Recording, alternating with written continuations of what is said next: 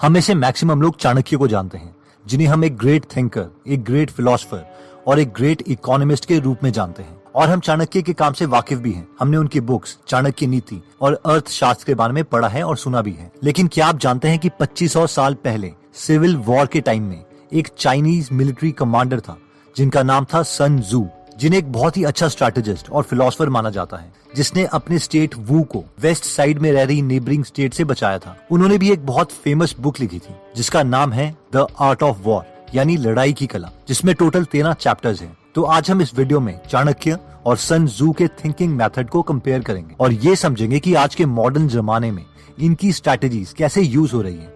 तो आइए स्टार्ट करते हैं। तो सबसे पहले पॉइंट में सन जू कहते हैं, to fight conquer in all our battles is not supreme excellence. Supreme excellence consists in breaking the enemy's resistance without fighting. जिसका मतलब है कि आपकी असली एक्सीलेंस इससे नहीं पता चलती कि आपने कोई बैटल लड़ी और उसे जीता, बल्कि इससे पता चलती है कि आपने बिना लड़े वो बैटल जीत ली। जब भी लोग वॉर के बारे में सोचते हैं तो हमें कन्वेंशनल वॉर ध्यान में आती है, जिसमें आर्मीज आपस में लड़ रही है, लेकिन असली वॉर कुछ और ही दिखती है और कन्वेंशनल वॉर से बहुत ज्यादा डैमेजिंग है, जिसमें सबसे पहली आती है कल्चरल वॉर, यानी कंट्री का कल्चर ही खराब कर दो, दूसरी कंट्री को खुद की तरह सोचने में मजबूर कर दो। अब हम में से कई लोगों को लगता है कि रशिया तो हमारा दोस्त है। कंट्रीज के लेवल में कोई किसी का दोस्त या दुश्मन नहीं होता। फॉर एग्जाम्पल, रशियन स्पाई बताते हैं कि वो लोग मूवी मेकर, इंटेलेक्चुअल प्रोफेसर्स या ऐसे लोगों को इंडिया में इन्फ्लुएंस करते हैं जो पब्लिक ओपिनियन चेंज कर सकते हैं। फॉर एग्जाम्पल, एक रशियन स्पाई ने अपने इंटरव्यू में एक दिल्ली यूनिवर्सिटी के पॉलिटिकल साइंस के प्रोफेसर का एग्जाम्पल दिया था, जिन्हें रशिया में इनवाइट किया गया। रशियन स्पाई कहता है कि ये प्रोफेसर सोचता था कि हमने इन्हें रशिया में इसलिए इनवाइट किया है क्योंकि ये बहुत ही इंटेलेक्चुअल इंसान है, लेकिन इन्हें रशिया में इसलिए इनवाइट किया गया था क्योंकि ये एक यूजफुल इडियट है। He is invited because he is a useful idiot, because he would agree. ये कहता है, हम इंडिया के की पोजीशन से लोगों को रशिया में इनवाइट करते हैं, इन्हें बहुत ही अच्छा खाना खिलाते हैं, अच्छा ट्रीट करते हैं, और फाइनली जब ये इंडिया पहुंचेगा तो ये अपने स्टूडेंट्स को, नेक्स्ट इंडियन जनरेशन को रशिया के बारे में अच्छी अच्छी बातें बताएगा। और जो नेक्स्ट जनरेशन ऑफ इंडियंस हैं, वो स्टूडेंट्स जो इन प्रोफेसर्स की बातें सुन रहे हैं और कल को अच्छी की पोजीशंस में पहुंच सकते हैं, जैसे कि IAS, IFS एक्सेट्रा, वो साइकोलॉजिकली प्रोग्राम्ड हो जाएंगे और रशिया के लिए फॉरेन पॉलिसी उसी एटीट्यूड से लिखेंगे। इस स्पाई के अकॉर्डिंग ये स्लो बट इफेक्टिव प्रोसेस है। न्यू जनरेशन को प्रोग्राम करने के लिए 15 से 30 सालों का समय लग जाता है। It takes from 15 to 20 years to demoralize a nation. और चाइना इस वॉरफेयर में सबसे आगे है। अमेरिका के senior investigative reporter Joshua Philip कहते हैं कि चाइना अनकन्वेंशनल वॉरफेयर में सबसे आगे है। चाइनीज अमेरिका के प्रोफेसर को डोनेशन या गिफ्ट देते हैं ताकि जब वो फेमस अमेरिकन प्रोफेसर कहीं इंटरव्यू देगा और कहेगा नहीं चाइना तो इतना बुरा नहीं है और उनकी आइडियोलॉजी को सपोर्ट करेगा, तो सारे अमेरिकन उस प्रोफेसर की बात से अग्री करेंगे क्योंकि वो तो उन्हीं के देश में एक रेप्यूटेड कॉलेज में प्रोफेसर हैं। They're a trusted source. They're a professor at this branch that's relevant to this topic at a major university, and they're giving us an interview on this topic, and they're saying, "Oh no, China's not that bad. This is what's really happening." Even China बहुत सारे पैसे spend करता है American newspapers में articles print करने के लिए, जिससे अमेरिकन्स का नैरेटिव चेंज हो जाता है। China Daily had just had to disclose finally its FARA documents showing money it was giving to different news outlets to run its propaganda. Next point में संजू कहते हैं कि अगर तुम अपने दुश्मन को और खुद को अच्छे तरीके से जानते हो तो तुम्हें अपने दुश्मन के साथ होने वाली हजारों लड़ाइयों से भी डरने की जरूरत नहीं है। 1960s में यूनाइटेड स्टेट्स ऑफ अमेरिका और वियतनाम के कम्युनिस्ट्स के बीच में एक लड़ाई हुई थी। यूएस को इस पॉइंट पर लग रहा था कि वियतनाम कभी भी उनसे लड़ाई लड़ने के केपेबल है ही नहीं, क्योंकि वियतनामीज के पास ना ही टेक्नोलॉजी थी और ना ही पावरफुल फोर्सेस। लेकिन वियतनाम डायरेक्टली यूएस से नहीं लड़ा, बल्कि बहुत ही अनकन्वेंशनल गुरिल्ला वॉर से लड़ाई करी, जिसमें वो अमेरिकन को मार के भाग जाता। उन्हें अपने टेरेन के बारे में पूरी नॉलेज थी और उन्होंने अंडरग्राउंड टनल्स बनाई हुई थी, इसलिए जब भी अमेरिकन उन पर एयर बॉम्बिंग करते तो वो बच जाते। अब क्योंकि वियतनामीज अपने टेरेन को और यूएस के कन्वेंशनल लड़ने के तरीके को जानते थे, इसीलिए वो वियतनामीज अमेरिकन से वॉर जीत गए।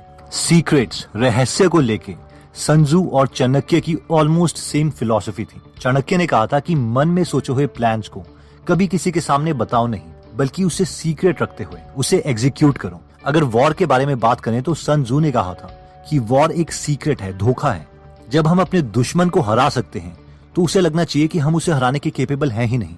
जब हम एक्चुअल में लड़ने जा रहे हो तो ये शो करो कि तुम्हारे फोर्सेस नहीं लड़ेंगी। जब तुम अपने दुश्मन के पास हो तो उन्हें दिखाओ कि तुम दूर हो, और जब तुम दूर हो तो उन्हें दिखाओ कि तुम पास हो। अपने दुश्मन को मिस इन्फॉर्मेशन देना एक बहुत ही इंपॉर्टेंट पार्ट है वॉरफेयर का। फॉर एग्जाम्पल, हिटलर को सेकेंड वर्ल्ड वॉर के दौरान मिस इन्फॉर्मेशन दी गई थी कि ब्रिटिशर्स के 3.5 लाख ट्रूप्स जर्मनी में अटैक करने वाले हैं। उन्होंने जानबूझकर अपने रेडियो सिग्नल्स में इस तरीके से कम्युनिकेशन की ताकि हिटलर उन सिग्नल्स को सुन सके जिसमें इसी अटैक की बात हो रही थी। हिटलर के जासूसों तक भी ये झूठी इन्फॉर्मेशन भेजी गई थी, जिससे हिटलर को यकीन हो गया था कि वहाँ पर अटैक होने वाला है। इससे हुआ ये कि हिटलर ने अपनी मेजर पोर्शन आर्मी का उस इमेजिनरी 3.5 लाख ट्रूप्स को अटैक करने के लिए भेज दिया, जबकि वहाँ पर कोई भी नहीं था और मेन ट्रूप्स कहीं और ही थे। और इस मिस इन्फॉर्मेशन की वजह से जर्मनी काफी बैटल्स हार गया। नेक्स्ट पॉइंट आता है जिसमें चाणक्य कहते हैं, एक लालची आदमी को पैसे दे के अपना काम करवाओ, एक पावरफुल आदमी को हाथ जोड़ के अपना काम करवाओ, एक ऐसा आदमी जो सोचता है कि वो इम्पोर्टेंट है उसे झूठी पोजीशंस, ऑनर दे के काम करवाओ, और एक इंटेलिजेंट आदमी को सच बोलकर काम करवाओ। अब हमारा तो पता नहीं, लेकिन रशिया ने हमारे ऊपर ये स्ट्रैटेजीज तो यूज करी है। रशियन का स्पाई बोलता है कि हम इंडिया में जाके ऐसे लोग ढूंढते हैं जो बहुत ही लालची हो, जो मॉरली स्ट्रॉन्ग ना हो, या फिर जो इडियट्स हैं और सोचते हैं कि वो इम्पोर्टेंट है। ऐसे लोगों को जल्दी इन्फ्लुएंस किया जा सकता है और ऐसे लोग हमें बहुत हेल्प करते हैं किसी कंट्री के ओपिनियन को चेंज करने के लिए। These are the most recruitable people, people who lack moral principles, who are either too greedy or too suffer from self-importance. They feel that they matter a lot. Next point कहता है कि अपने enemy को कभी ये मत show करो कि तुम उससे लड़ने के केपेबल नहीं हो। एक बहुत ही फेमस फिक्शनल स्टोरी है जिसमें एक सांप एक पुजारी के पास आता है कि उसे अपने पापों का पश्चाताप करना है, जिस पर वो पुजारी सांप को कहता है कि अब से कभी भी तुम किसी को मत काटना। थोड़े दिनों के बाद पुजारी एक रास्ते से जा रहा होता है और उसे वो सांप दिखता है जिसके ऊपर बच्चे हंस रहे हैं और पत्थर फेंक रहे हैं। इस पर पुजारी बोलता है कि तुम्हारी इतनी बुरी हालत कैसे हुई? सांप कहता है कि आपने ही तो बोला था कि किसी को काटना मत, इसलिए सब मेरा मजाक उड़ा रहे हैं। इस पर वो पुजारी कहता है कि मैंने तुम्हें काटने से मना किया था, अपना फन दिखाने से नहीं।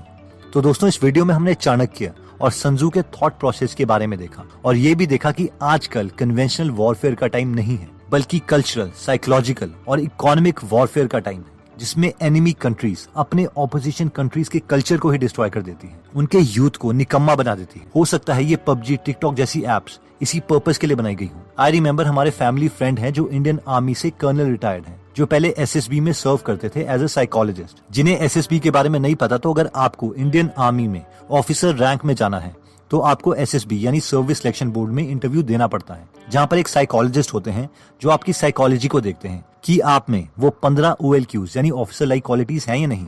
तो उन्होंने हमें बताया था कि आजकल के यूथ, स्पेशली बॉयज, लड़कियों से भी ज्यादा इमोशनल हो गए हैं। तो कहीं ना कहीं जो हम कंटेंट कंज्यूम कर रहे हैं ये उसी की वजह से है। अब ये साइकोलॉजिकल वॉरफेयर का रिजल्ट है या नहीं, ये मुझे नहीं मालूम। एनीवेज, इस वीडियो में हमने सबसे पहले देखा था कि बेस्ट तरीका लड़ने का ये है कि हमें एक्चुअल वॉर में ही ना जाना पड़े। जिससे रिलेटेड हमने रशियन स्पाई की फिलॉसफी देखी थी, किस तरीके से वो इंडियन स्कॉलर्स को, पब्लिक ओपिनियन मेकर्स को रशिया बुला देते हैं ताकि वो इंडिया वापस आके यूथ के ओपिनियन को चेंज कर सके।